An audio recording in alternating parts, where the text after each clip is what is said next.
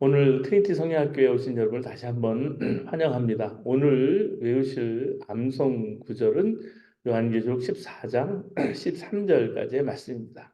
여러분 계시는 곳에서 함께 요한계시록 14장 3절 말씀 우리 함께 외우겠습니다.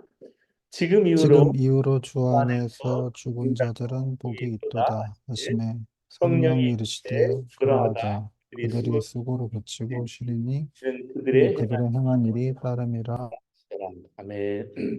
예, 감사합니다.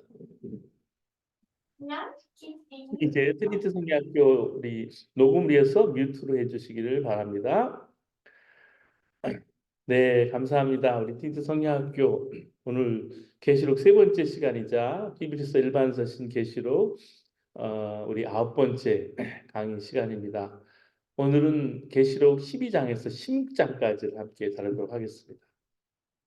지난 시간으로 계시록의 절반인 1장에서 11장이 끝났어요. 하나님께서 하나님을 대적하는 자들을 심판하시고 하나님의 인을 받는 사람들에게 상을 주시는 이야기, 그리고 마지막에 하늘의 성전이 열리고 찬양의 노래가 울려 퍼지는 장면을 보여주었습니다. 그런 상태로 계시록이 끝나도 큰 무리가 없어요. 근데 계시록은 거기서 끝나지 않아요. 나머지 11장이 뒤따라 나옵니다. 이게 뭘 의미할까요?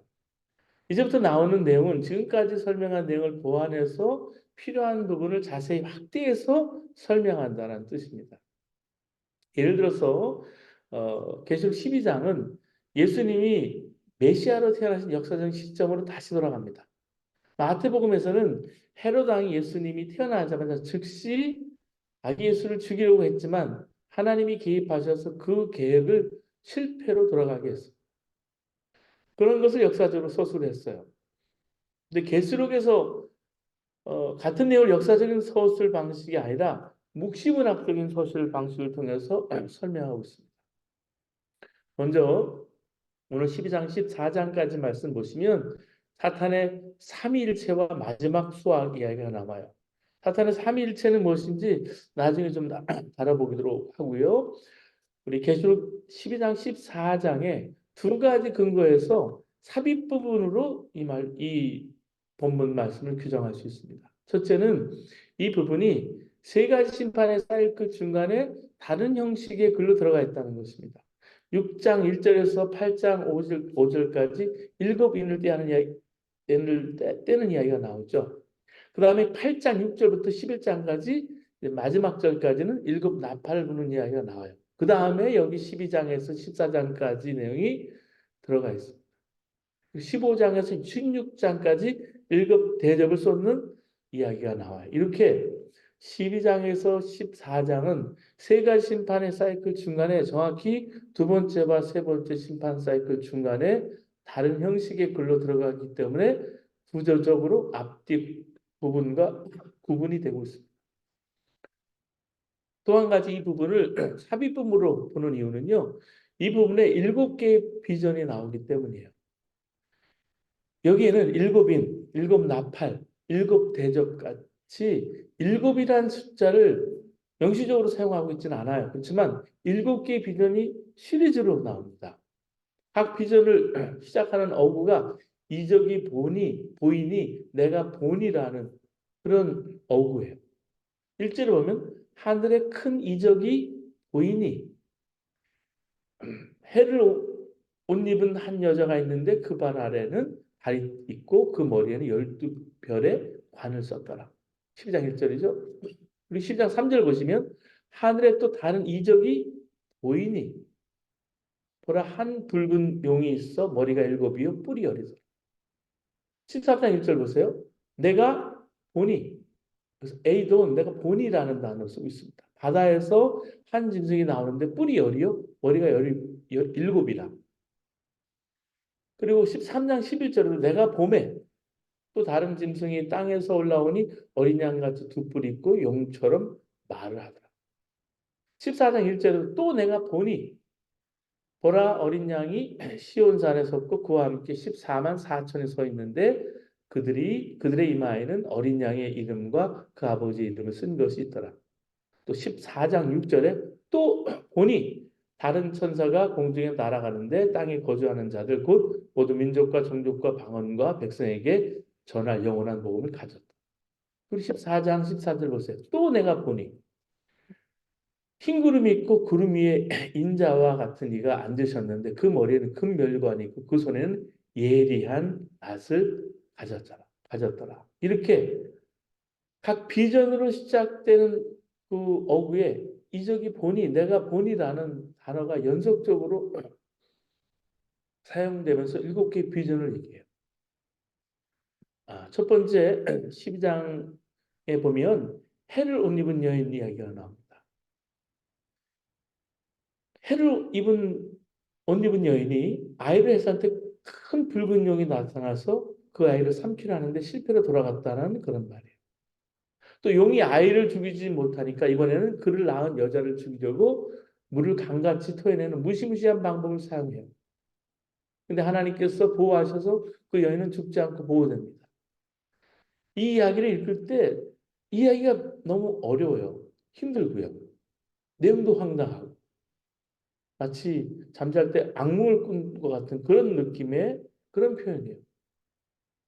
우리가 근데 성경을 잘 읽어보면 이런 이미지들이 어디서 왔는지 그런 이미지들이 무슨 상징의 의미인지 깨닫게 됩니다. 우선 이 이야기에서 등장하는 주요 인물을 살펴보겠습니다. 세 인물이 등장하는데 첫 번째 인물은 해를 옷 입은 여자고요. 둘째는 그 여자가 낳은 아들이고요. 셋째는 그 아들과 여자를 박해한 용이에요. 셋 중에 우리가 가장 이해하기 쉬운 게 용이죠. 용은 사탄을 상징합니다. 12장 9절에도 큰 용이 내쫓기니 옛뱀 곧 마귀라고도 하고 사탄이라고도 하며 온 천하를 꿰는 자라 그랬어요. 그래서 이 용, 사탄의 세력이 매우 강합니다. 꼬리를 한 번 치니까 하늘에 별 3분의 1을 끌어다가 땅에 던질 정도라고 했어요. 여러분 요즘도 전쟁은 죄 중에 죄이고 악 중에 악이에요. 왜냐하면 그 전쟁의 배후에는 사탄이 있기 때문입니다.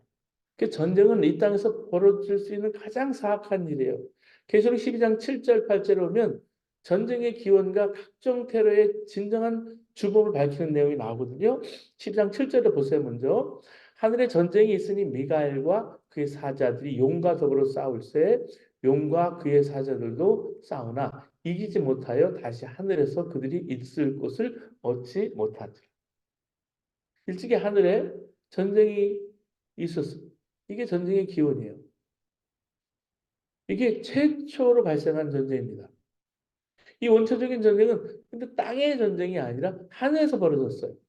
미카엘이 이 용과 싸웠다 그랬어요. 하늘에는요, 일반 천사도 있고 천사장이 있어요.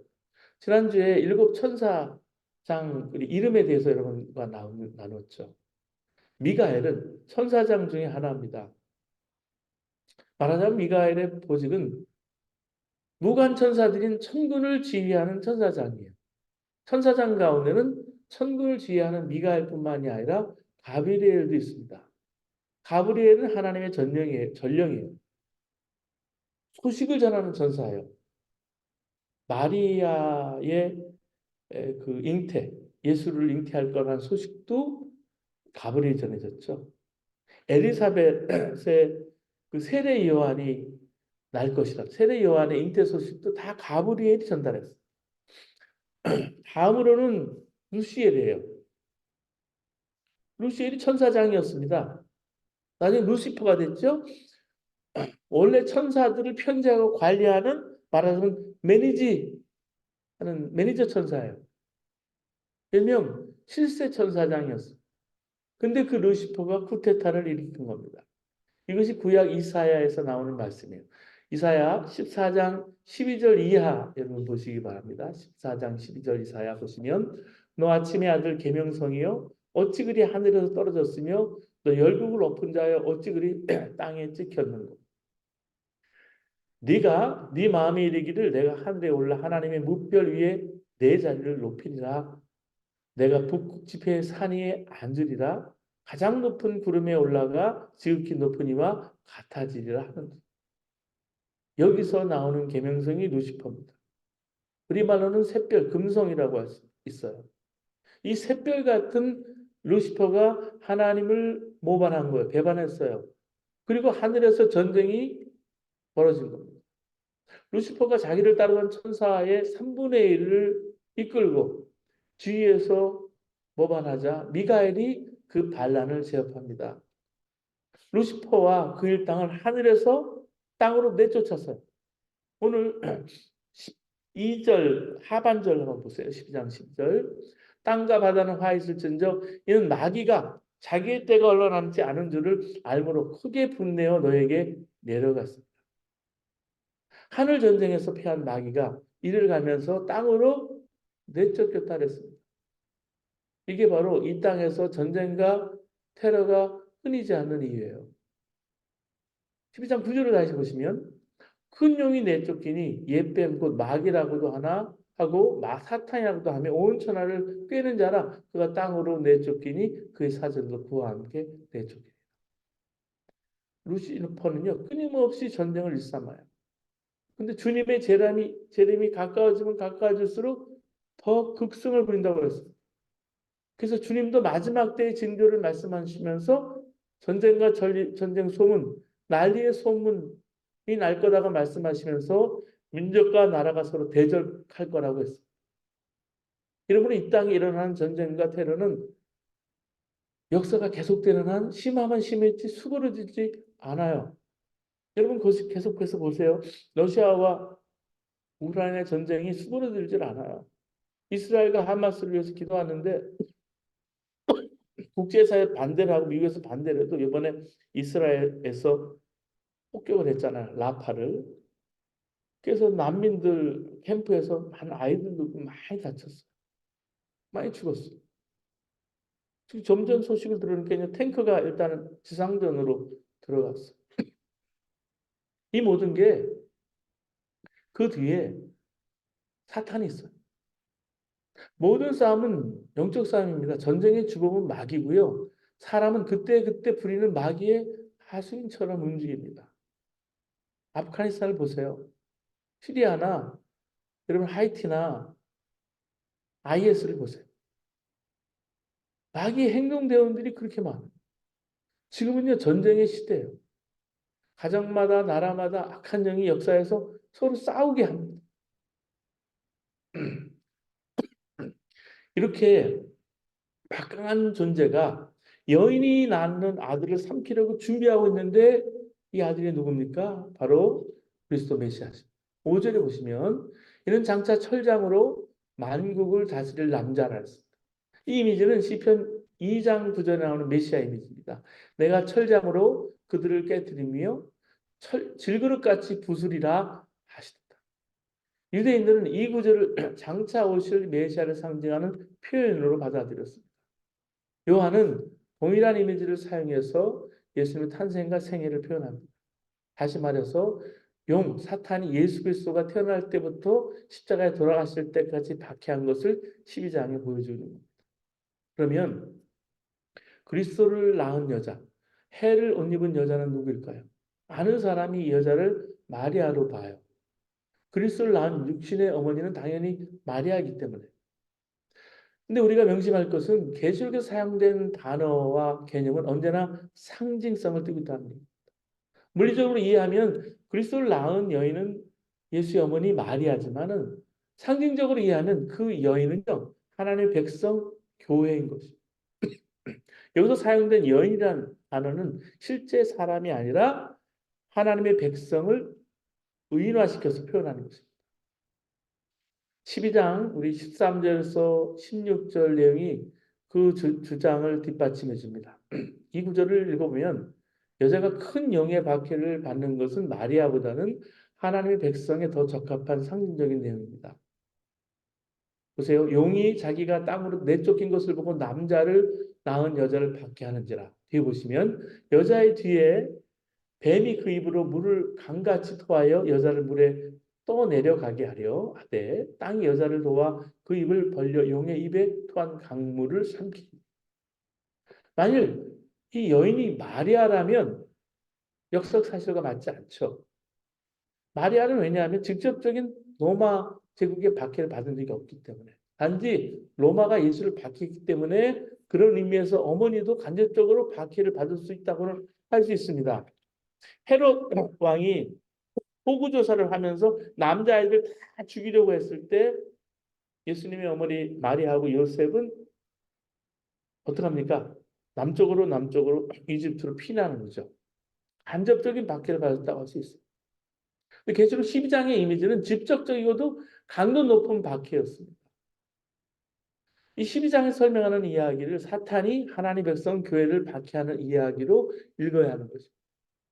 계시록 13장은 유명한 666이라는 짐승의 숫자가 나오는 장이에요. 666은 사탄을 상징한 숫자입니다. 아무리 노력해도 하나님의 숫자인 7에 미치지 못하기 때문에 666이에요. 짐승이 자기에게 속한 사람들에게 666표를 찍어주는데 성도는 아무리 힘들고 아무리 유혹이 와도 그 표를 받아서는 안 됩니다. 그러려면 예수 신앙, 오직 예수, 그 신앙을 알려야 되는데 아직 이런 신앙으로 준비되지 못한 교회와 성도들이 많습니다. 예수님을 믿는 것이 죄사함만 받고 하나님의 자녀로서 복받아 살다가 죽어서 천국에 가리라 하는 그런 정도의 믿음만 가지고 사는 거예요. 그런 사람들이 많아요. 그런 믿음은요, 마지막 환난의 때 어려움이 오면 짐승의 표를 받지 않고 버틸 수가 없어요. 그래서 주님께서 요한에게 계시록 13장의 환상을 보여주십니다. 자, 13장에 보면 이제 용과 두 짐승 이야기가 나옵니다. 앞에서 마찬가지로 많은 상징적인 이미지가 13장에 사용이 돼요. 12장에서 14장에 나오는 사탄의 세력은 셋입니다. 말씀드렸죠. 하나는 용이고요. 또 하나는 바다에서 올라오는 짐승, 또 하나는 땅에서 올라오는 짐승이에요. 하나님 편에 성부, 성자, 성령 삼위일체가 있죠. 그런 것처럼 사탄 쪽에서도 역시 반대 삼위일체가 있는데 용과 바다에서 올라오는 짐승, 그 다음에 땅에서 올라오는 짐승, 이렇게 반대 사탄의 삼위일체가 있다는 말씀. 13장을 쭉 읽어보시면 용이 첫 번째 짐승에게 권세를 주고요. 이 짐승이 두 번째 짐승에게 권세를 주고요. 두 번째 짐승이 사람들에게 666표를 받을 것을 강요하면서 기독교를 박해하게 됩니다. 13장에 이렇게 두 짐승 이야기가 나오는데 하나는 뭐예요? 바다에서 올라오는 짐승이고 하나는 땅에서 올라왔다 그랬어요. 이들은 사탄인 용이 주는 권세를 받은 적그리스도와 거짓 예언자를 의미합니다. 바다에서 올라온 짐승의 일곱 머리 하나하나에는 하나님 모독하는 이름이 붙어 있어서 노골적으로 하나님을 대적해요. 이 짐승을 표범이나 곰, 사자하고 비유했습니다. 그만큼 잔인하고 강한 힘으로 교회와 성도들을 핍박할 거라는 그런 의미입니다. 이 짐승은 예수님을 흉내내서 죽었다가 다시 살아나는데 그로 인해서 세상 사람들부터 경배를 받아요. 그 짐승은 큰 소리로 하나님의 이름과 거처와 하늘에 사는 이들을 모독하면서 성도들과 싸워서 이길 것을 허락받았는데 어린 양의 생명책에 이름이 기록되지 않은 사람은 다 그 짐승을 경배하게 될 것이라는 내용입니다. 자, 여기 사탄의 표현 666이 뭘까? 오랜 논란이 있었습니다. 한때는 바코드가 666이라 했던 때도 있었고요. 신용카드가 666이다. 그래서 칩이 여기 손에 들어간다, 머리에 들어간다, 이마에 들어간다. EU 공동체가 666이다. 요즘에는 베리칩, 생체 인식 방법이 666이라고 말하는 사람도 있었습니다. 근데 이런 논란은 무의미한 겁니다. 하나님께서 우리가 하나님의 자녀인지 아닌지를 이마나 손의 흔적으로 구분하지 않기 때문에 하나님 보시는 것은 우리 안에 성령이 함께 계시냐, 성령의 인침이 있느냐 하는 것입니다. 내가 예수 그리스도의 영을 가진 사람이냐, 내가 예수님의 사람이냐 하는 것입니다. 생체 인식 방법이 사탄의 표는 아니에요. 마귀가 정치적인 경제적인 세력을 잘 잡게 되면 생체 인식 방법 등을 사용해서 사람들을 완벽하게 통제할 수도 있습니다. 근데 우리가 정말 관심 가져야 하는 것은 자신에게 정말 성령의 인치심의 증거가 있느냐 하는 거죠. 그 사람은 결코 짐승의 표를 받지 않아요. 이처럼 성령의 인침을 받는 사람은 삶을 통해서 드러날 수밖에 없습니다. 말이나 생각이나 행동이 다르기 때문에. 그 초대교회 성도들이 저 사람은 그리스도인이야, 예수쟁이야, 예수 믿는 사람이야, 별명을 얻었어요. 그리스도인. 지금도 성령의 인침을 받은 사람은 가까운 사람부터 저 사람은 예수 믿는 사람이야. 오직 예수라고 인정을 받. 그게 인친다라는 의미예요. 먼저 첫 번째 짐승을 보시겠습니다. 용은 사탄을 의미한다고 우리가 말씀을 나눴습니다. 13장 1절에 보면 첫 번째 짐승에 대해서 이렇게 설명합니다. 내가 보니 바다에 한 짐승이 나오는데 뿔이 열이요 머리가 일곱이다. 그 뿔에는 열 왕관이 있고 그 머리들에는 신성모독하는 이름들이 있더라.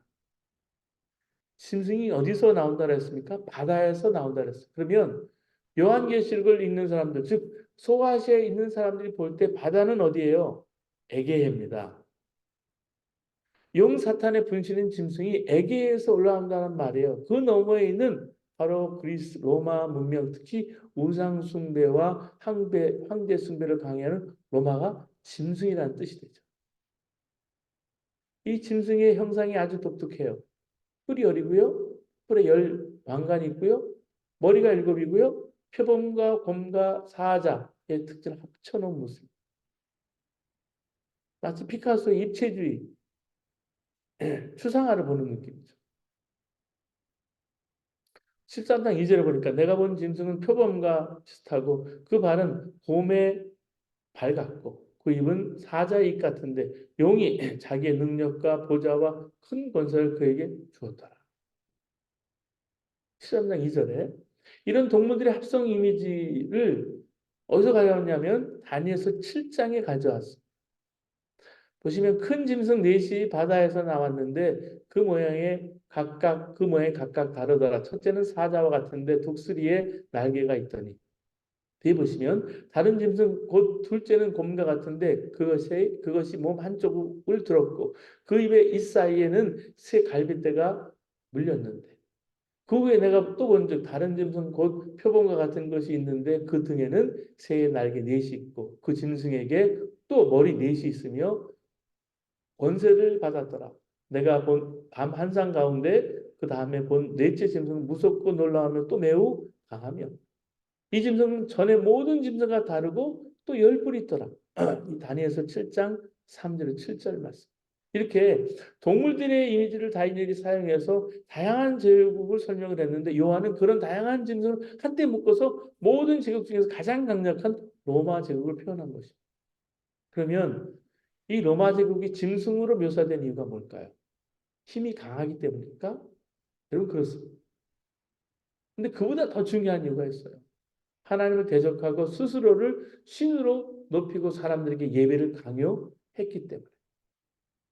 13장 5절에서 6절 계시록 보시면 또 짐승이 과장되고 신성 모독을 말하는 입을 받고 또 42달 동안 일할 권세를 받으니라. 짐승이 입을 벌려 하나님을 향하여 비방하되 그의 이름과 그의 장막 곧 하늘에 사는 자들을 비방하다. 황제의 숭배는요. 줄리우스 시제 때부터 시작을 했어요. 로마에서. 초창기 로마 황제들은 주로 죽은 다음에 다음 신으로 추대가 되는데 시간이 지날수록 뒤로 갈수록 황제가 살아있는 동안에 신으로 추앙되는 거예요. 심지어 도미티안 황제의 경우에는 아예 사람들에게 자신을 우리의 주님이시여 신으로 경배하라고 강요했습니다. 황제를 숭배하는 신전을 소아시아 많은 도시에 세우도록 했습니다. 근데 이 우상 황제 숭배가 영원히 지속될까요? 아니란 말씀. 김일성과 김정일과 김정은 해가지고 아무리 여러분 신전을 만들고 정상을 해 놓는다 해도요. 그게 얼마나 오랫동안 지속이 될까요? 언제나 하나님 정하신 때가 있다는 거예요. 여기 계시록에도 그 짐승이 42개월 동안 즉 3년 6개월 동안만 일할 권세를 받았다라고 했어요. 이렇게 로마 제국은 영원하지 않아요. 제한된 기간 동안만 활동하게 된다면 현재 황제 숭배를 강요당하고 그것 때문에 순교의 위험 가운데 사는 성도들은 어떻게 대응해야 될까? 중간에 포기함으로 황제 숭배에 굴복하지 말고 동시에 로마에 대항해서 무장 봉기를 일으킬 생각도 하지 말고 끝까지 인내해야 하는 것입니다.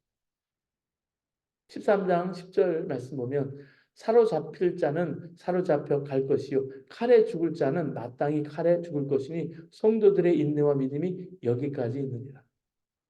박해받은 성도가 해야 할 일은 하나님이 정하신 기간이 끝날 때까지 믿음으로 인내하는 것입니다. 곧 수동적 저항의 방법을 사용하는 것입니다. 우리 계획에 익숙한 것은 예를 들면 마테마 간디나 마틴 루터 킹의 비폭력 저항 운동을 들 수 있습니다. 폭력을 폭력으로 대항하면 실패하고 패배하지만 폭력을 비폭력으로 대응하고 더 나아가서 인내와 사랑으로 대응하면 승리하게 된다는 말씀. 마찬가지로 로마의 지배 아래서 맞대응하지 말고 끝까지 믿음으로 인내하라는. 그게 바로 12장 10절의 말씀. 적그리스도가 나타나서 사람들을 사로잡아 가기도 하고 칼로 죽이기도 할 거라는 얘기예요. 그래서 요한은 성도들에게 인내와 믿음이 필요하다고 강조하고 있어요. 이것이 주님이 요한에게 깨우쳐 주고 싶은 마음이에요. 어떤 고난이 와도 참고 또 참고 참으면서 주님의 뜻대로 살라는 말씀. 이어서 땅에서 올라온 짐승이 등장하는데 그도 예수님 흉내내서 어린 양처럼 뿔이 둘이 있는데 말은 용의 말을 합니다. 그 예수 그리스도 흉내낸 거짓 예언자를 뜻합니다. 그 짐승은 하늘에서 불이 내려오게 하면서 죽어가는 첫째 짐승을 살아나게 해서 사람들 하여금 그들에게 절하도록 했습니다. 짐승을 경배하지 않은 사람 모두 죽었어요. 여러분 지금 이 시대에 우리가 적그리스도나 이 두 짐승처럼 거짓 예언자가 나타나서 활동하는 건 아니지만 역사를 통해서 보거나 주위 사람들 볼 때 아, 저 사람 안에는 정말 악한 영이 역사하는구나. 적그리스도의 영이구나. 깨달아지는 사람은 분명히 있어요. 우리 이런 핍박과 미혹을 견뎌낼 믿음과 인내가 있어야. 그러니까 내 안에 성령님 인치심, 오직 예수, 그 신앙이 있어야 한다. 그리고 둘째 짐승을 보시겠습니다. 13, 11절 이하에 땅에서 올라오는 짐승이 있어요. 이 짐승은 첫 번째 짐승을 모방하기는 하는데 불완전하게 모방합니다. 첫째 짐승 뿔이 열인데 이 짐승 뿔이 둘이에요. 첫 번째 짐승은 말씀드렸듯이 표범과 곰과 사자의 모습을 합쳐놓은 무시무시한 모습을 가졌는데 이 짐승은 그런 모습은 없고 그저 말만 용이 말하는 것처럼 해요. 이 둘째 짐승이 하는 일은 첫째 짐승의 권세를 이어받아서 성도들을 박해하고 첫째 짐승인 로마를 숭배하는 일. 23장 12절 말씀. 그가 먼저 나온 짐승의 권세를 그 앞에 행하고 땅에 사는 자들을 처음 짐승에게 경배하게 하니 곧 죽게 되었던 상처가 나은 자니라. 그러면 도대체 두 번째 짐승은 뭘 상징할까요? 첫 번째 짐승은 로마지만 두 번째는 소아시아 현재의 지도층을 상징합니다. 로마라는 짐승은 멀리 바다에서 올라왔지만 이 둘째 짐승은 이곳 땅에서 올라온 것으로 표현한 거예요. 당시 로마나 그리스 역사적인 문헌들을 살펴보면 소아시아의 도시 간에 로마를 향한 구애, 아부의 경쟁이 있었어요. 누가 더 많이 로마의 종교 시스템을 받아들여서 로마에게 인정을 받을까 서로 경쟁을 했어요. 이것이 소아시아에 살고 있는 기독교인들에게 실질적인 박해로 이어지게 된 거예요. 어쨌든 황제 숭배는 황제가 원하고 강요해서 이루어진 것이지만 실제로 그것을 강제로 시행한 사람은 소아시아 관리들이었다는 말이죠. 일제시대에 일제 밑에서 그렇게 관리로 등용된 사람들이 오히려 한국 사람들 더 박해했던 것과 마찬가지입니다. 이 둘째 짐승의 성도를 박해할 때 두 가지 방법을 썼습니다. 첫째는 종교적인 박해입니다. 우리 계시록 13장 14절에서 15절 말씀 보시기 바랍니다. 짐승 앞에서 받은 바 이적을 행함으로 땅에 거하는 자들을 미혹하며 땅에 거하는 자들에게 이르기를 칼에 상하였다가 살아나는 짐승을 위하여 우상을 만들라 하더라. 그가 권세를 받아 그 짐승의 우상에게 생기를 주어 그 짐승의 우상으로 말하게 하고 또 짐승의 우상에게 경배하지 아니하는 자는 몇이든 다 죽이게 하더라. 여기 보면 첫째 짐승이 칼에 상했다가 다시 살아난 짐승이라고 그렇게 돼 있어요. 누가 그 당시에 칼에 상했다가 다시 살아났을까요? 바로 네로 황제입니다. 네로는 68년도에 자살을 했어요. 그가 로마 원로원에서 공화국의 적으로 선포되고 대신 갈바가 자기 차기 황제로 선정이 됐습니다. 이 소식을 듣고 칼로 자살을 시도합니다. 그러니까 이게 실패하니까 다른 사람의 도움을 받아서 목숨을 끊었습니다. 근데 그가 죽은 후에 그가 죽은 게 아니고 다른 곳으로 도망갔다든지 아니면 죽었다가 다시 살아나서 로마를 재장악하게 될 거라는 전설이 생겼어요. 실제로 스스로 다시 살아난 네로라고 하면서 로마에 대항해서 반란을 일으키는 사람도 있었어요. 이 전설을 배경으로 하는 것이 바로 이 말씀이에요. 칼에 상했다가 살아난 짐승. 근데 둘째 짐승이 이 첫째 짐승인 로마 황제를 위해서 뭘 했다 그랬습니까? 그를 위해서 우상을 만들고 그 우상으로 말하겠다 그랬어요. 이것은 무지몽매한 사람들을 대상으로 일종의 비밀, 기계장치를 이용해 사람들 속이는 거예요. 요즘은 이게 더 용이해졌죠. AI가요. 정말 그 사람하고 똑같이 말해요. 행동도 똑같이 하고 말투도 똑같이 하고 그와 마찬가지로. 그러니까 이제 속이기가 더 쉬워진 거죠. 그 우상이 살아서 말한다면 그것이 살아있는 신이 아니겠습니까? 실제로 2세기에 루시안의 글을 보면 알렉산더라는 거짓 예언자가 뱀의 우상을 만들어 놓고 그것으로 말하기 위해서 이게 신의 명령이라고 하면서 사람들 속인 예가 있어요. 요한이 여기서 전하는 메시지는 분명합니다. 로마 제국은 황제를 신으로 떠받들고 사람들에게 숭배를 강요하지만 그것은 단순히 인간적인 교만심이 아니라 그 뒤에는 큰 영, 사탄이 배후 있다는 황제 숭배는 사탄의 명령한 것이고 로마 황제는 사탄의 명령에 따라 움직이는 짐승일 뿐이라는 것입니다. 이렇게 둘째 짐승이 성도를 박해가 있는데 두 번째는 바로 경제적인 박해입니다. 이 경제적인 박해를 우리가 살펴보면 우리 13장 16절에서 18절 내용입니다. 그가 모든 자, 곧 작은 자나 큰 자나 부자나 가난한 자나 자유인이나 종들에게 그 오른손이나 이마에 표를 받게 하고 누구든지 이 표를 가진 자 외에는 매매를 못하게 하니 이 표는 곧 짐승의 이름이나 그 이름의 수라 지혜가 여기 있으니 총명한 자는 그 짐승의 수를 세어보라. 그것은 사람의 수니 그의 수는 666이니라. 사람들이 짐승의 표를 받는 것은 구원받은 14만 4천이 하나님의 인을 받는 것 같은 그런 패러디를 쓴 거예요. 하나님만 당신의 소유의 표시를 하는 게 아니라 사탄도 자기에게 속한 사람들에게 똑같은 표시를 한다는 것입니다. 또 보시면 유대인이 기도할 때 사용하는 테필린이라는 게 있어요. 테필린. 테필린을 이렇게 상자에다 해가지고 이스라엘에 들으라 그리고 여기다가 이 안에다가 말씀을 집어넣어가지고 이렇게 묶어서 쓰고 다니죠. 하나님 말씀이 담긴 조그만 박스를 머리, 이마, 또 손에다가 이렇게 감아요. 다는데 소아시아 사람들은 이에 상하는 방식을 사용해서 오른손이나 이마에 뭔가를 표시한다든가 갖다 붙인다는 거죠. 예를 들어서 황제 얼굴이 새겨진 동전을 오른손이나 이마에 대고 신의 가호가 있기를 이런 말을 했을지 모르겠어요. 어쨌든 중요한 것은 이 짐승의 표가 경제할 때 꼭 필요한 도구이고 666이라는 숫자가 이에 깊은 관계가 있다는 말씀. 전통적으로 666이 뭘 말할까? 다양한 의견이 있었습니다. 자신의 정치적인 종교적인 편향성에 따라서 교황이다. 아니면 루터다. 개신교다. 심지어는 로널드 레이건이다. 대통령이다. 666이 이런 것이 다 주장해 왔습니다. 근데 성서학자들 사이에 거의 확실하게 생각되는 것은 이 666이 네로를 상징하는 숫자라는 것입니다. 당시 숫자를 표시하기 위해서 그리스어나 라틴어, 히브리어나 공통적으로 게마트리아 방법을 사용했습니다. 암호 같은 것인데요. 이 게마트리아는 언어의 알파벳으로 숫자를 표시하는 방식.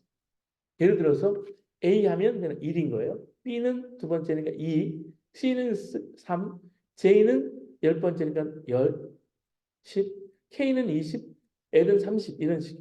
그러니까 네로의 경우에는 히브리어로 네론 카사르라는 단어. 히브리어 단어에 매겨지는 숫자 각각 50, 200, 6, 50, 100, 60, 200입니다.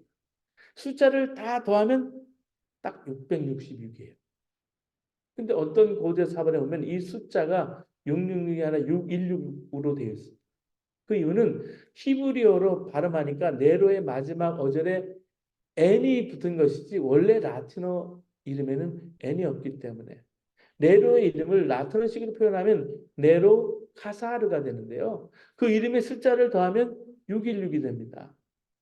n은요 50이잖아요. 그 n을 삭제하니까 666에서 50을 빼면 616이 됩니다.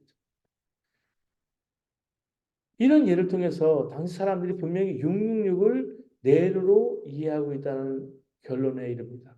왜냐하면 666과 616 모두 충족식 이름은 네로 바뀌었기 때문에. 그러면 경제활동에 꼭 필요한 이 짐승의 표는 뭘까요? 아마 황제의 얼굴에 새겨진 동전일 것으로 생각이 됩니다. 보통 동전에는 그 동전이 발행되는 때에 황제의 얼굴이 새겨지고요. 그 동전의 가장자리는 황제가 신이라는 내용이 들어가게 되는데요. 짐승의 표 666이 그것을 뜻하는 것으로 생각이 됩니다. 로마 제국은 사람의 일상생활에 깊이 관여하는 동전에 이르기까지 우상 숭배를 강요했습니다.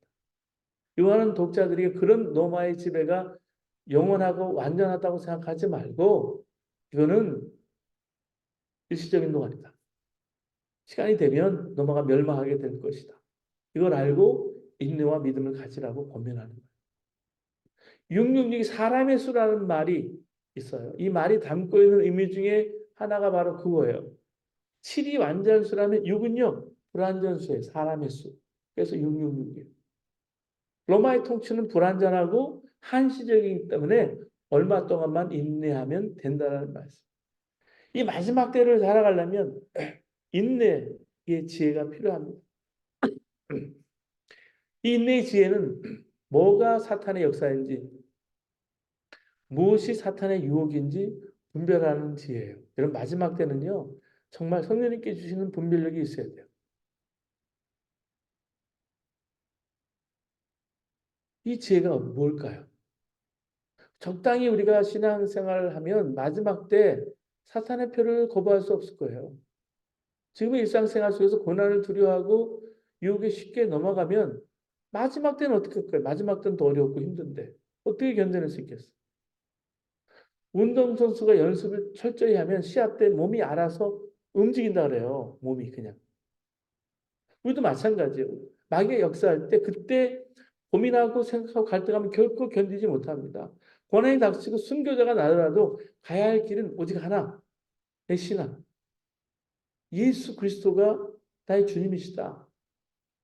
그게 분명한 자만이 환난과 어려움을 이길 수 있습니다. 그리고 이제 마지막 수학 이야기가 14장에 있는데요.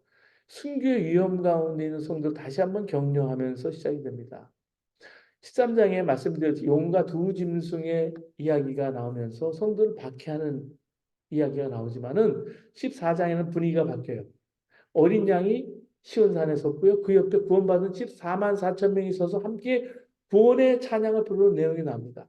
이렇게 심판의 내용이 나오다가 갑자기 평화와 승리의 노래로 바뀌는 것은 계시록에서 자주 사용되는 패턴이에요. 왜 이런 패턴이 반복이 될까요? 그 이유는 아무리 박해와 환난이 심해도 결국에는 끝이 온다. 우리가 그 안에 고통당하는 때는 정말 그것이 영원할 것 같지만 고통은 영원하지 않다라는 거죠. 사탄의 박해는 한시적이고 반드시 끝이 온다. 그리고 끝이 올 때는 어린 양에게 속한 사람들은 모두 승리자가 돼서 승리의 노래를 부르게 되지만 사탄에게 속한 사람들은 패배자가 돼서 심판을 받게 된다는 이야기. 14장 17절에 그 이하에 나오는 내용은 예리한 낫으로 포도송이를 거두는 환상이 그런 패배자의 모습을 선명하게 그려져요. 보세요. 천사가 낯을 땅에 휘둘러 땅의 포도를 거두어 하나님의 진노의 큰 포도주 틀에 던지며 성 밖에서 그 틀이 밟히니 틀에서 피가 나서 말 굴레에까지 닿았고 1600 스타디온에 퍼졌더라. 14장 19절에 20절 말씀인데 우리에게 누구에게 헌신할 것인지 결단하게 합니다.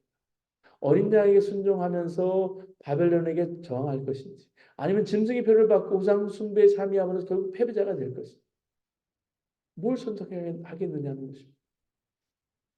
14장 8절에 보니까 바벨론의 멸망을 이렇게 선언해요. 무너졌도다 무너졌도다 큰 성 바벨론이요 모든 나라에게 그의 음행으로 말미암아 진노의 포도주를 먹이던 자로다 하더라.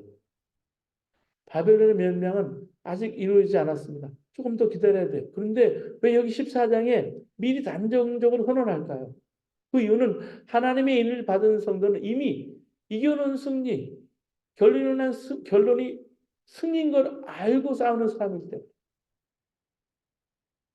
우리는 이미 승리하도록 결론이 나 있어요.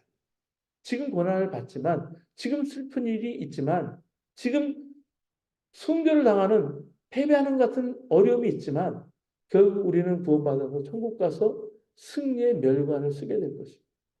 하나님께 속한 사람은 무조건 마지막에 승리자가 된다는 것. 이게 성도의 확신이고 파워. 이미 이겨놓은 승리 앞에서 사탄이 예수님을 거스르려고 했지만 예수님이 그냥 발로 밟아서 사탄의 머리를 상하게 했어요. 예수님의 발 뒤꿈치를 상하게 했지만 예수님 십자가에서 이미 이기셨어요. 사탄의 권세를 완전히 밟고 일어나셨어요. 그래서 이겨놓은 싸움을 싸우고 있는 거예요. 크리스찬은. 바울은 그래서 로마서 8장 39절에서 40절에 이렇게 고백해요. 내가 확신하노니 사망이나 생명이나 천사들이나 권세자들이나 현재이나 장래이나 능력이나 높음이나 기쁨이나 다른 어떤 피조물이라도 우리 주 그리스도 예수 안에 있는 하나님의 사랑에서 끊을 수 없으리라. 같은 맥락에서 스테반은 순교하면서 이런 승리의 말을 남깁니다. 보라 하늘이 열리고 인자가 하나님 우편에 서신 것을 보라. 그러니까 하나님께 속한 사람은 아무리 어려운 승리의 상황이라도 승리자의 노래를 부른다는 거예요. 이게 계시록 14장의 메시지입니다. 자, 15장, 16장으로 이제 함께 가겠습니다. 요한계시록에는 말씀드렸듯이 심판의 사이클이 3개가 있습니다. 6장에서 7장에 나오는 7인 심판의 사이클이고요. 8장, 9장에 나오는 7 나팔 심판의 사이클입니다. 그리고 여기 15장에서 16장에 나오는 7 대접 심판의 사이클이에요. 첫째 사이클에서는 어린 양이 인을 띄었습니다.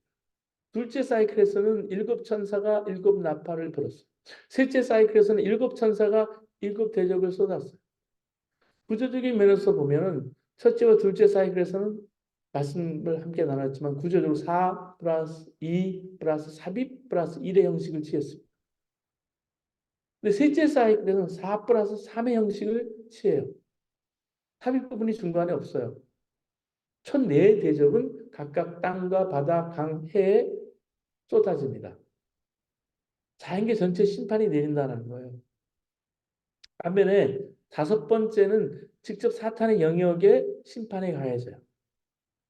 5번째 대접은 짐승의 왕자를 직접 겨냥해서 대접이 쏟아지고요. 6번째 대접은 유브라다에 쏟아져서 동방의 왕들이 아마겟돈에서 마지막 전쟁을 준비하고요. 7번째 대접은 사탄이 권세 잡은 공중에 쏟아져서 바벨론이 하나님의 진노의 포도주잔을 받게 됩니다. 이렇게 7 대접 사이클을 보면서 우리가 주목해 봐야 될 것이 있어요. 하나는 짐승과 그의 우상과 그의 이름에 수를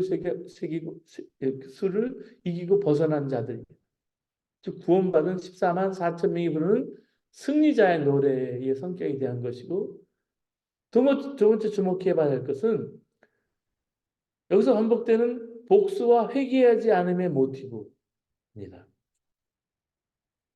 먼저 우리 승리자의 우리 노래를 우리 살펴보시겠습니다. 15장 1절에 보면 일곱 천사가 일곱 재앙이 담긴 대접을 가지고 막 심판을 내릴 준비를 하고 있습니다. 그런데 곧바로 첫째 대접을 쏘는 이야기로 진행하지 않고요. 우선 세 절에 걸쳐서 하나님께 속한 사람들이 승리의 찬양을 부르는 장면을 보여줘요.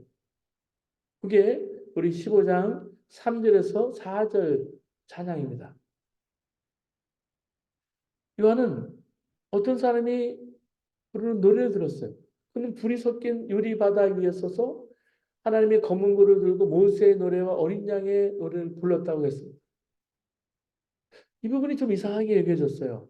두렵고도 두려운 하나님의 심판 앞에서 노래를 부린다는 것은 아무래도 어울리지 않기 때문에. 도대체 그 두려운 순간에 노래하는 사람이 누굴까? 15장 2절에 보니까 짐승과 그 짐승 우상과 그 이름을 상징하는 숫자를 이긴 사람이라고 했습니다. 즉 마귀와 싸우고 이긴 사람이에요. 짐승의 표를 끝까지 거부하고 짐승에게 머리 숙이지 않고 죽임을 당할지라도 주님을 배반하지 않은 사람들이 하나님의 심판의 때 노래하는 자입니다. 그들에게 하나님의 심판은 두려운 것이 아니라 기쁨과 찬양의 시간이에요. 그래서 그 노래를 모세의 노래, 어린 양의 노래라고 했습니다. 곧 구원의 노래고 사단과 이긴 승리의 노래예요. 여기서 우리는 예수 믿는 자가 누구인가에 대한 답을 얻게 돼요. 마귀와 싸우는 자입니다. 예수를 믿는다고 하는 여러분은 마귀와 싸우는 자이십니다. 그들이 찬양하는 내용이 3절, 4절에 나오는데 한마디로 하나님의 심판의 때 하나님의 위대하심과 의롭고 참되심과 홀로 거룩하심과 정의로운 행위가 밝히 드러나게 되었다는 그런 내용을 찬양합니다. 그리고 내용을 자세히 보면 찬양을 부르는 사람 본인에 대한 내용이 전혀 없어요. 이들은 오직 하나님께만 영광을 돌리고 있습니다. 하나님이 하시는 일이 크고 놀랍다고 감탄해요. 오직 하나님만이 거룩하시고 오직 하나님만 경배를 받으실 거라는 고백이에요. 본인에 대한 내용이 전혀 없는 게 특징이에요. 이런 하나님 중심의 찬양, 계시록 14장 10절, 11절에 나오는 24장로들과 장로들의 찬양하고 맥이 같아요. 보시면 24장로들이 보좌에 앉으신 이 앞에 엎드려 세세토록 살아계시는 이에게 경배하고 자기의 관을 보좌 앞에 들이며 이르되 우리 주 하나님이여 영광과 존귀와 권능을 받으시는 것이 합당하오니 주께서 만물을 지으신지라 만물이 주의 뜻대로 있었고 또 지으심을 받았다. 구원받은 24장로는 하나님을 찬양할 때 자기 이야기를 하지 않습니다. 오직 주님께 영광을 돌리는 내용뿐이에요. 이런 태도가 자신의 관을 벗어서 어린 양 보좌에 드리는 행위로 나타납니다. 천국에서 성도들이 가장 소중한 것은 아마 머리에 관일 거예요. 성도가 지상에서 얼마나 충성스럽고 진실하게 신앙생활인지 말해주는 것이 영광의 면류관입니다. 면류관이 뭐가 붙었는지는 몰라요. 어떤 보석이 박혀 있는지는 몰라요. 그런데 그 귀한 천국에서 예배는 그 면류관을 다 주님께 드린다. 그렇다면 천국 백성이 우리가 이 땅에서 예배드리고 찬양할 때 어떻게 해야 될까? 당연히 나에 대한 내용은 빠져야 한다는 말씀. 조금이라도 나를 칭송하는 내용이 들어가면 안 돼. 왜냐하면 내가 승리자가 되었을 때 그것은 내가 승리한 것이 아니라 주님께서 나를 통해서 승리하신 것이기 때문에. 그래서 모든 것은 주님이 하셨습니다. 주님의 은혜입니다.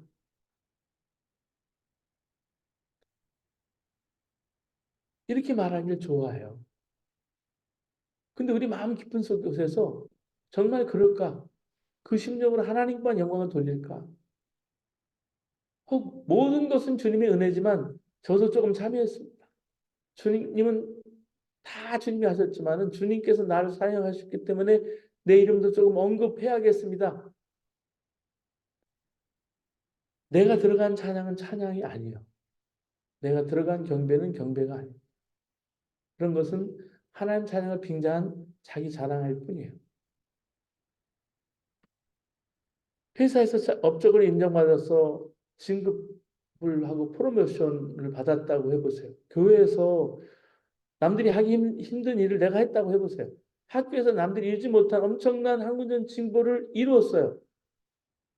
그래서 하나님께 감사 예물을 드리고 찬양을 드려요. 그럴 때 우리는 천국에서 이루어지는 찬양의 모국을 따라야 한다는 말씀. 모든 영광은 하나님이 받으셔야 된다. 나는 직접적, 간접적으로든 절대 끼어들면 안 된다는 거예요. 하나님께 드리는 온전한 찬양이 되기 위해서는 그런 찬양을 하나님께 받으신다는 말씀. 그래서 계시록 16장은 너무나 무서운 하나님의 마지막 심판 장면입니다. 성전에서 큰 음성이 들리는데 일곱 천사에게 하나님의 진노가 담긴 일곱 대접을 땅에 쏟아라 했어요. 첫째 천사가 대접을 땅에 쏟으니까 짐승의 표를 받은 자들과 우상에게 절하는 자들에게 아주 나쁜 종기가 생깁니다. 둘째 천사가 대접을 바다에 쏟으니까 바다가 죽은 자의 피같이 돼서 바다 가운데 모든 생물이 죽었어요. 셋째 천사가 대접을 강과 샘물에 쏟으니까 물이 피가 됐어요. 넷째 천사가 그 대접을 해에다 쏟으니까 해는 권세를 받아서 불로 사람을 태웁니다. 다섯째 천사가 그 대접을 짐승의 왕자에 쏟으니까 그 나라가 어두워졌어요. 여섯째 천사가 그 대접을 큰 강 유프라테스에 쏟자 강물이 말라버리고 마지막 전쟁 아마겟돈 전쟁이 일어났어요. 일곱 번째 천사가 그 대접을 공중에 쏟으니까 되었다라는 음성이 울려 나왔어요. 그리고 이 땅에 무서운 파괴가 일어나요. 20절 말씀. 모든 섬들이 사라지고 산들이 자취를 감췄다 그랬어요. 이렇게 일곱 대접 재앙이 이전에 다른 재앙과 다른 것은 그 규모가 크고 두려워서 그런 것만이 아니에요. 이전의 재앙들은 어떻게 쓰는지 마귀에게 미혹이 돼서 죄 중에 사는 사람이라도 회개하고 돌아올 기회를 주시는 것입니다. 근데 마지막 재앙은 하나님이 대적하는 짐승과 그 따르는 자들을 심판하는 내용이에요. 두려운 거예요. 자, 이렇게 심판 시리즈를 전체를 비교해 볼 때, 일곱 대전 심판 시리즈는 악인들을 향한 심판, 하나님의 복수의 성격이 짙게 나타나요. 이전에는 그냥 일곱 나팔이었잖아요.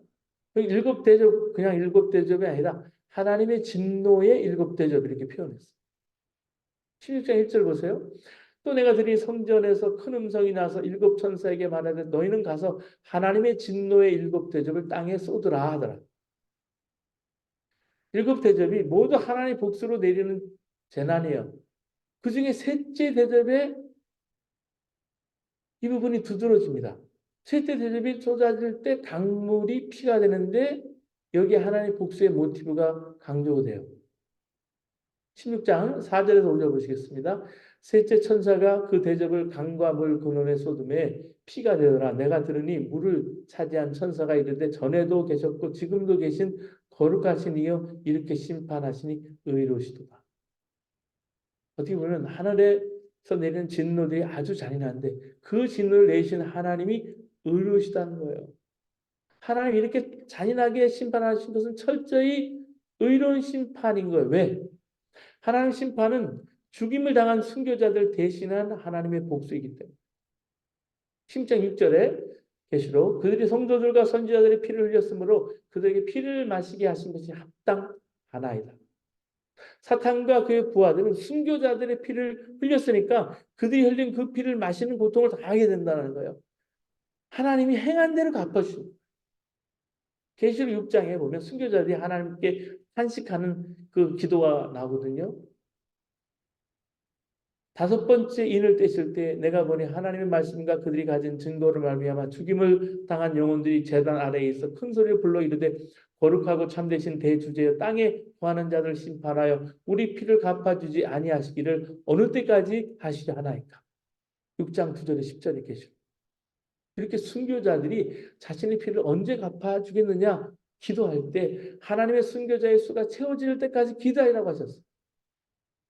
16장 11절에 순교자의 수가 차기까지 때가 될 때까지 기다리라는 말에는 메시지가 숨겨져 있습니다. 바로 하나님이 갚아주신다. 복수하신다. 그때까지 기다리라. 이렇게 마지막 심판은 하나님의 의로우심이 드러나는 순간이에요. 이렇게 하나님 심판하실 때 주님은 의로우신 분이다. 주님의 심판은 참되고 의롭다. 제단에서 이런 소리가 들려요. 하나님 심판이 의로운 이유는 끝까지 회개하지 않을 사람을 심판하는 것이기 때문에. 실제로 그들은 하나님 심판을 받으면서도 계속 하나님 비방하고 모독하기를 멈추지 않았어요. 10장 11절 보면 그들은 아픔과 부스럼 때문에 하늘의 하나님을 모독했다 그랬어요. 근데 자기들의 행동을 회개하지 않아요. 핍박의 재앙이 심해도 하나님께 회개하지 않아요. 하나님 모독해요. 그러면 하나님은 회개할 가능성이 1%라도 있으면 심판하지 않으세요. 의인 100명, 50명, 40명, 30명, 20명, 10명. 그러나 도저히 회개하지 않을 사람은 심판받을 수밖에 없는 거예요. 하나님께서 하실 일을 하신 것이고 하셔야 할 일을 행하십니다. 징계를 받고서 회개하고 돌이키는 사람들은 부끄러워하지 않아도 됩니다. 징계를 받는다고 누구나 회개하고 돌이키는 것은 아니기 때문에 죄를 짓고도 회개하지 않은 사람들을 많이 봐요. 정치적인 계산 때문에, 명예 때문에, 돈 때문에 회개하지 않아요. 근데 그거는 영혼을 팔아먹는 파우스트와 같습니다. 회개하지 않으면 양심이 화인 맞은 거예요. 그걸 알아야 돼요. 한 번은 운전하다가 사람을 출발한 적이 있어요. 팬데믹 때 새벽 기도를 마치고 집을 향해 가는데 여기 아니에요. 산에서 이스트에 살 때는 산에서 웨스트에 살 때인데 좌회전을 해야 집 쪽으로 가는데 홈리스 한 사람이 갑자기 뛰어들어온 거예요. 차 안. 그래서 제가 크락션 눌렀는데 놀랬어요. 그럼 서로 놀란 거 아니에요. 제가 어떻게 한 것도 아니고 뭐 가까이 가서 친 것도 아니에요. 근데 이 사람이 교회 밴을 하얀 밴을 앞에서부터 차고 옆에서 차고 다 찌그러졌어요. 그래서 찌그러졌어요. 그 순간 내가 사람을 보는 게 아니라 이거 악을 보는 것 같아요. 소름이 끼치는 거예요. 그러면 저 사람 앞으로 어떤 삶을 살까 걱정이 됐어요. 그걸 어떻게 경찰에 뭐 신고를 해요 어떻게? 우리가 흔히 겪는 일이 아니 겪는 일이라는 말씀. 사람이 어떻게 저렇게 악해질 수가 있을까? 탄식하게 되잖아요. 이거야말로 사탄이 역사한다라는 결정적인 증거. 자신의 손으로 복수하지 말고 복수를 하나님께 맡기라는 것은 성경의 기본 가르침입니다. 원수 갚는 것은 내게 있으니 하나님 진노하심을 하나님께 맡기라. 그게 로마서 12장 19절 22절에 나오는 말씀. 산산수훈에도 마찬가지예요. 원수를 사랑하고 내 원수를 미워하라 그랬는데 나는 너에게 이르노니 너희 원수를 사랑하고 너희를 박해하는 자를 기도하라 그랬어. 마태복음 5장 43절 44절. 노마에 대항해서 무장반란을 일으키지 말고 순교자의 길을 가라는 계시록의 말씀도 같은 맥락입니다. 계시록 13장 10절에 사로잡힐 자는 사로잡혀 갈 것이요 칼에 죽은 자는 마땅히 칼에 죽을 것이니 성도들의 인내와 믿음이 여기 있다. 이렇게 계시록에 나타난 하나님의 심판이 너무나 잔인하고 처참하지만 그런 겉모습 안에는 이 편지를 읽는 사람들을 위해 의도된 실제적인 효과가 들어가 있습니다. 하나님이 가장 공정하고 철저한 심판을 내리신다는 것을 믿는 사람은 안심하고 하나님께 모든 것을 맡길 수 있다는 것. 더 나아가서 미움과 복수로는 하나님의 의를 이루지 못한다는 사실. 믿는 사람의 복수는 하나님께 맡기고 맡겨진 사명을 감당하는데 나는 최선을 다하라는 것입니다. 그러나 그렇다고 하나님의 철저한 심판이 죄인이 회개하고 돌아오는 가능성을 제외시키는 것은 아닙니다. 오히려 하나님의 심판을 통해서 죄인들이 회개하고 돌아오기를 바라시는 거예요.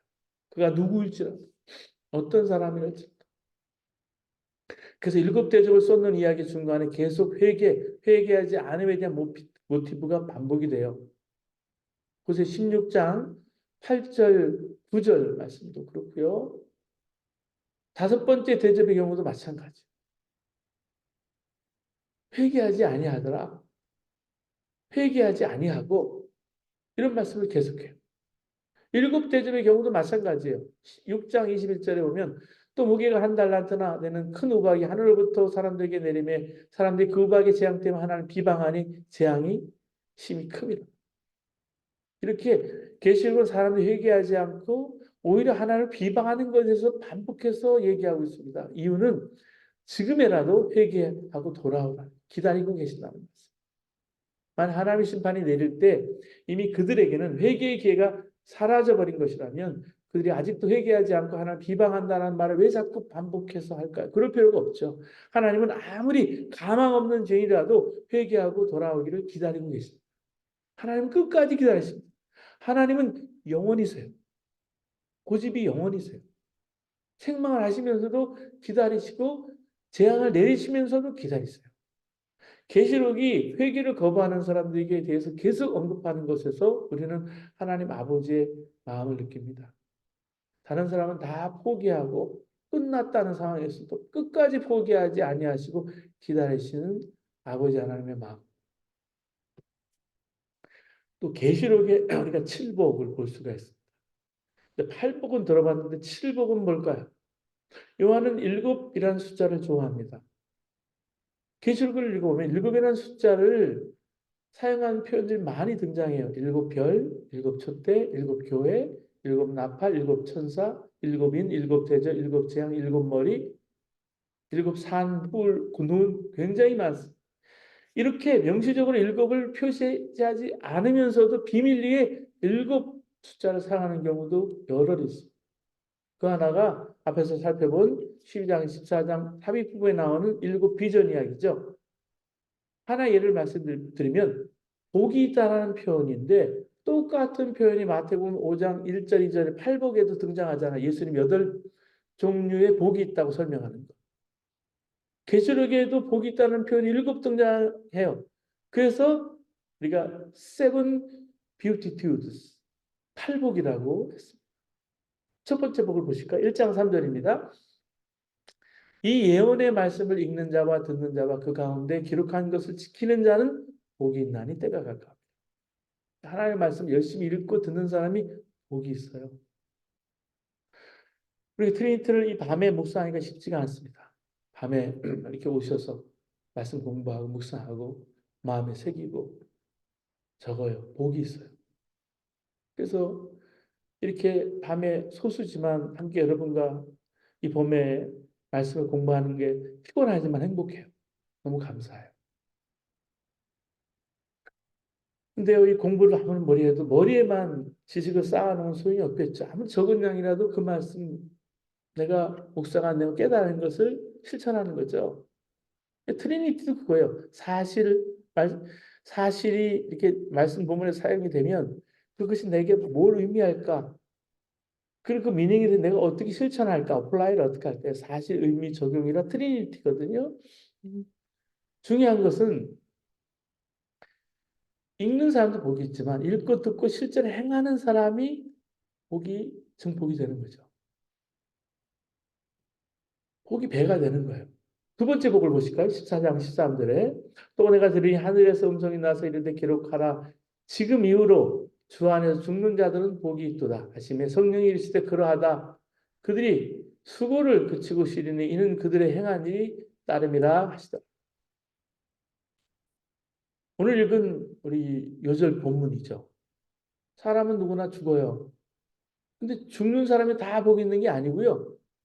여기 14장 13절 말씀에 주 안에서 죽는 자는 복이 있다 했어요.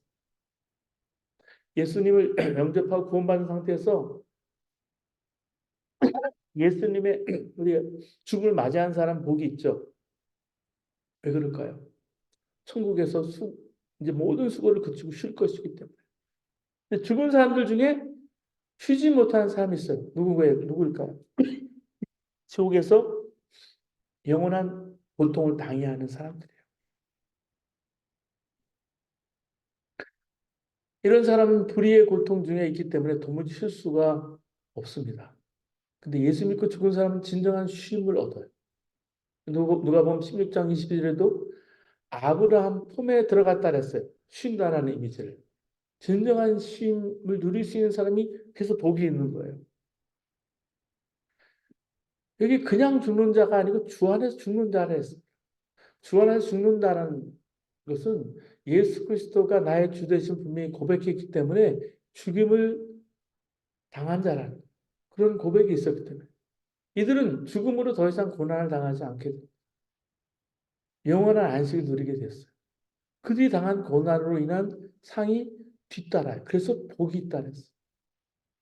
그 영광은 고난과 비교할 수 없는 영광이에요. 로마서 8장 18절은 이렇게 말합니다. 생각하건대 현재 고난은 장차 우리에게 나타날 영광과 비교할 수 없다. 우리가 다 순교할 복을 받지는 않았을지 몰라요. 근데 반드시 순교의 믿음을 가져야 합니다. 그렇다면 그 사람도 주 안에서 죽는 자일 것이기 때문에 믿음이 약한 자는 주 안에 죽을 수 없습니다. 고난이 올 때 도망가거나 움츠릴 수밖에 없어요. 주 안에서 죽는 자는 악한 사람이 큰 소리로 하나님 대적할 때 무서워서 말을도 하지 못하는 심약한 정도가 아닙니다. 하나님의 뜻이 아님을 알면서도 싫은 소리 듣고 해코지함을 당할까 두려워서 아무 말도 하지 못하는 그런 자도 아닙니다. 이스라엘 백성들이 가나안에 보낸 12 정탐꾼들이 돌아와서 사람이 부정적인 보고를 했을 때 여호수아와 갈렙은 단 2사람뿐이었지만은 담대히 자기들이 믿은 바 하나님을 믿는 믿음으로 보고했어요. 이런 사람이 주님 안에 죽는 사람입니다. 자, 우리 세 번째 복을 보시겠습니다. 16장 15절에 보라 내가 도둑같이 오리니 누구든지 깨어 자기 옷을 지켜 벌거벗고 다니지 아니하며 자기의 부끄러움을 보이지 아니한 자는 복이 있도다. 예수님께서 도둑처럼 오신다는 내용은 성경에 많이 나와요. 신약 성경에. 도둑이 언제 닥칠지 모르죠. 그런 것과 마찬가지로 예수님이 언제 오실지 모르기 때문에 평소에 잘 준비하고 살아요.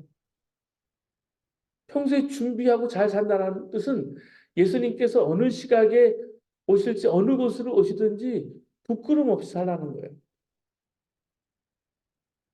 여기서는 깨어 자기 옷을 지켜 벌거벗고 다니지 않는 것, 자기의 부끄러움을 보이지 않는 것으로 설명하고 있습니다. 그러니까 마지막 심판 자리에 처하지 않기 위해 성도는 어떻게 살아야 하는지를 여기서 설명하고 있는 거예요.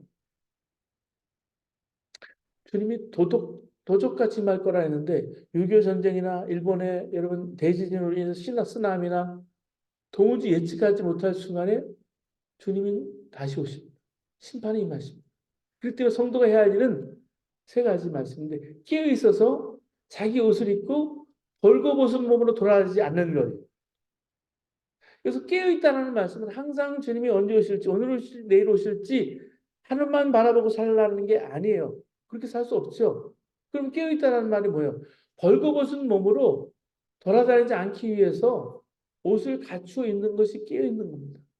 이 말씀은 대부분의 사람들이 벌거벗은 채 돌아다니고 있다는 말이기도 해요. 다들 옷을 잘 입고 다니는데 무슨 벌거벗고 다닌다고 할까? 옷으로 몸은 가렸지만 마음속의 생각이나 은밀하게 행했던 일이 문제가 된 거예요. 우리는 볼 수 없지만 주님은 다 보시는 겁니다. 그래서 부자요 좋은 옷을 입고 사는 라오디게아 교인을 향해서 주님은 벌거벗었다 그랬어요. 그렇죠? 가난한 것과 눈먼 것 벌거벗은 걸 알지 못하는 노다 이렇게 말했어요. 그럼 우리가 얼굴만 챙겨 잘 다듬고 옷만 잘 챙겨 입으면 괜찮을까요? 그 마음이 너무나 더럽고 지난날에 부끄러운 죄가 있는 우리는 어떻게 해야 할까? 주님은 라오디아 교회 교인들의 흰 옷을 사서 입어 벌거벗은 수치를 보이지 않게 하라 그랬어요. 우리도 그렇게 하라는 말씀. 이 흰 옷이 뭘까요? 예수 그리스도십니다. 성경은 우리가 세례받을 때 그리스도로 옷 입는다. 그리스도로 옷 입는다. 누가복음 아니 갈라디아서 3장 27절에 누구든지 그리스도 합하기 위하여 세례를 받은 자는 그리스도로 옷 입었느니라. 성도들이 예수 그리스도 옷 입는다라는 것이 뭔지 창세기에 예표되는 사건이 나와요. 아담과 하와가 죄를 지었잖아요. 그 자기를 벌거벗고 이렇게 수치심으로 숨었을 때 하나님께서 짐승을 죽여서 그 가죽으로 가죽 옷을 입혀서 만들어 주셨어요. 아담과 하와의 벌거벗은 것을 가진 가죽 옷은 바로 예수 그리스도를 예표하고 있는 상징하고 있는 거예요. 이게 예수 믿는 거예요. 우리 죄를 대신해서 죽으신 예수님을 마음에 영접하는 것이 죄를 가리는 옷을 입는 거예요. 근데 예수 그리스도로 옷을 입었다는 것은 단순히 죄가 가려진 것을 의미하는 것이 아닙니다. 우리가 옷을 부끄러움을 가리기 위해서만 입어요? 군인은 군복을 입잖아요. 판사가 법복을 입잖아요. 의사가 가운을 입는 것 같이 벌거벗은 것을 그걸 가리려고 그걸 입을까요? 그가 입은 옷은 누가 입는 것입니까? 그가 누구인가? 뭘 하는 사람인가 말해줍니다. 그렇기 때문에 예수님으로 옷 입었다라는 말은 여러분 예수님이 안에 계신 거예요. 성령님이 안에 예수님을 보고 있는 거예요. 내가 전도도 그래서 정말 예수 잘 믿는 사람이 전도를 잘하. 그래서 그 예수를 옷 입는 사람을 복이 따라. 네 번째 복을 보시겠습니다. 19장 9절에 천사가 내게 말하기를 기록하라 어린 양의 혼인잔치에 청함을 받은 자들은 복이 있도다 하고 성도는 누굽니까? 예수님의 신부예요. 순결한 신부. 신랑과 신부는 다른 사람의 눈길을 주지 않습니다. 서로에게 충실해요. 마찬가지로 성도란 예수님 어린 양에게만 눈길을 주고 다른 어떤 것에 대한 가치나 사람에게 눈길을 주지 않습니다.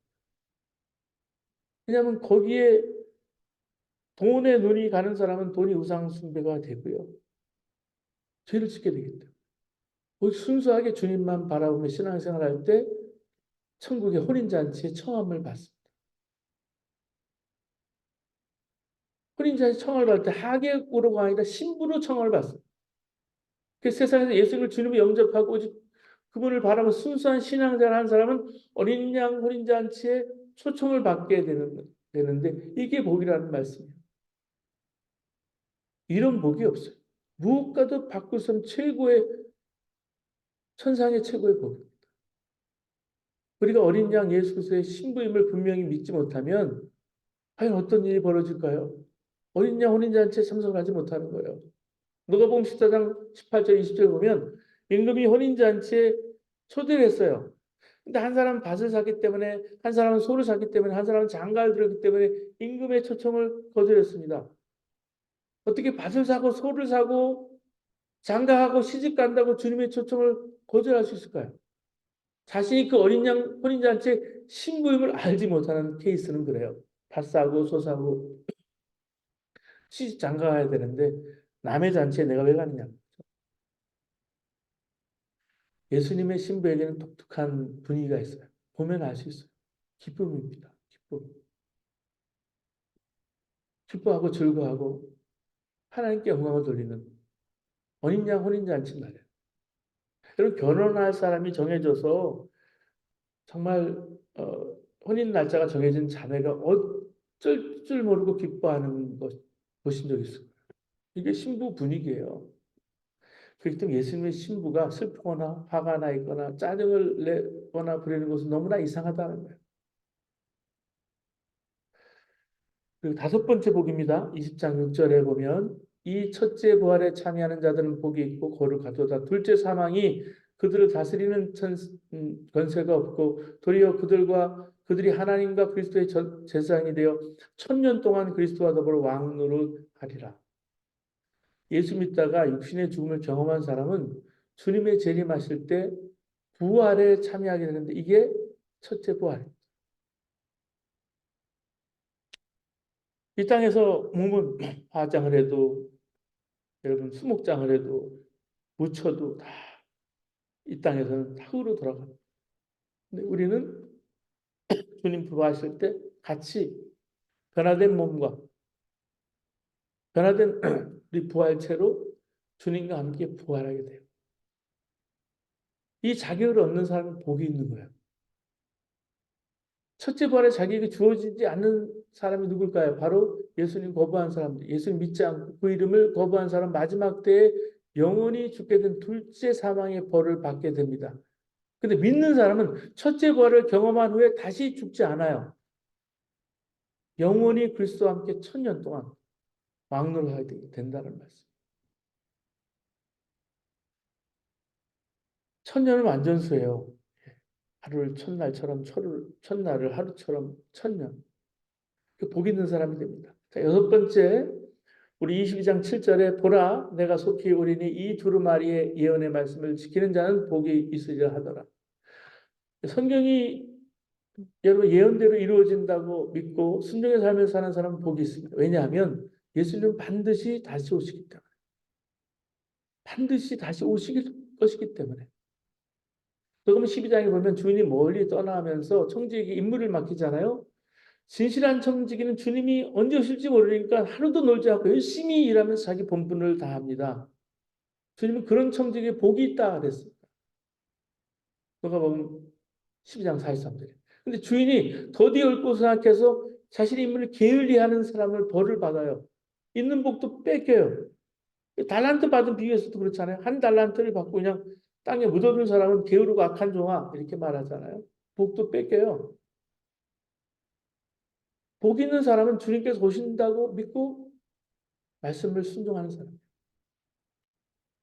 누가복음 17장 20절 30절 말씀 보시면 예수님께서 다시 오실 때 나타난 현상에 대해서 걱정하셨던 것은 성도가 마치 먹고 마시고 학교 가고 일하고 집 사고 차를 사고 시집 장가 가려고 태어나는 것처럼 그런 것만을 살아가는 사람들, 주님 다시 오실 것에 대해서는 아무 생각이 없는 사람들, 주님께서 곧 오신다는 걸 믿지 못한 사람도 있어요.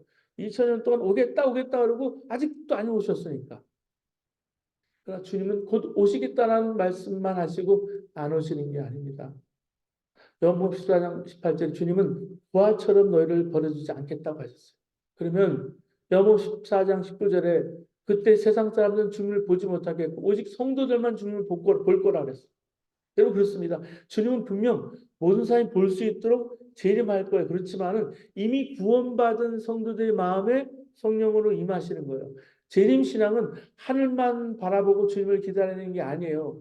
이미 마음에 임하신 주님과 함께 살면서 동행하면서 오실 주님을 바라보는 교회는 이 땅에서 경험하는 그래서 하나님 나라고 우리가 드린 예배는 여기서 미리 맛보는 천국의 천상의 예배입니다.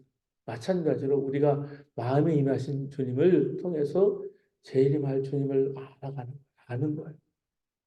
자, 마지막 일곱 번째 복입니다. 22장 14절 말씀 보시기 바랍니다. 자기 두루마기를 빠는 자들은 복이 있으니 이는 그들이 생명나무에 나아가며 문들을 통하여 성에 들어갈 권세를 받으려 함이로다. 두루마리를 빠는 내용이 나요. 뭡니까? 어린 양의 피에 자신의 죄를 씻는 것을 의미합니다. 십자가에 달리신 어린 양 예수 그리스도를 믿고 죄 용서를 받는 사람 복이 있습니다. 왜냐하면 그들은 생명나무에 나갈 수 있기 때문에. 창세기 2장 3장에 나오는 생명나무. 아담과 이브가 선악과를 따먹은 후에 먹지 못하게 된 그 금지된 나무의 열매를 먹을 수 있어요. 이런 사람이 복이 있는 거예요. 생명나무 열매. 또 하늘에 내려온 예루살렘 성에 들어가서 영원한 교제, 주님과 사는 영광을 얻는 사람 복이 있습니다. 누가 복을 받습니까? 예수님의 은혜로 말미암아 제사함 받고 성결의 은혜를 씻김을 받는 사람이 복이 있는 거예요. 여기 보면 성도들은 주님이 오신 날까지 보혈의 피를 통해 날마다 자기 죄를 정결하게, 성결하게 하며 삽니다. 15절에 보면 멸망할 자들은 개들처럼 살고 마술쟁이들과 음행하는 자들과 살인자들과 우상 숭배자들과 거짓을 사랑하고 행동하는 자로 산다 그랬어요. 계시록에 이렇게 7가지 복에 대해서 살펴봤습니다. 다양한 각도에서 봤어요. 근데 종합해 보면 현재 영적으로 깨어서 순종하는 삶을 사는 사람이 복 있는 사람이라는 말씀이에요. 말씀을 듣기만 하는 정도가 아니라 실제로 지키는 사람, 말씀대로 사는 사람, 언제 주님이 오실지 내가 기쁘게 맞을 준비가 되어 있는 사람, 예수 그리스도의 보혈의 피로 속죄 안 받고 성결에 사는 삶을 사는 사람이 복이 있어요. 왜냐하면 하늘 혼인잔치 신부로 참여하고 영생을 누리게 될 것이기 때문에 이런 복의 기준은 분명히 세상 사람들과 다릅니다. 생각이 달라요. 세상 사람들은 부자 되는 게 복이라고 생각해요. 권력자는 권력 얻는 게 복입니다. 자식 잘 되는 게 복이에요. 건강하게 오래 사는 게 복이에요. 그런데 계시록이 가르치는 복은 우리가 현재 깨어서 말씀에 순종해서 하는 거예요. 하나님 없는 돈, 권력, 건강, 장수 복이 아니에요. 화가 될 때도 많아요. 왜냐하면 그런 것들 가지고 하나님 영광을 가리고 오히려 사람 해치고 사람 죽이는 도구로 쓰임받을 수 있기 때문에 가장 근원적인 복은 예수 믿고 말씀에 순종해 사는 삶입니다. 내 가정이 그런 가정인지 주님 모실 때 참으로 복 있는 여러분, 복 있는 자녀, 복 있는 가정 되시기를 주님의 이름으로 바랍니다. 예, 기도하시겠습니다. 은혜와 사랑이 많으신 하나님 아버지,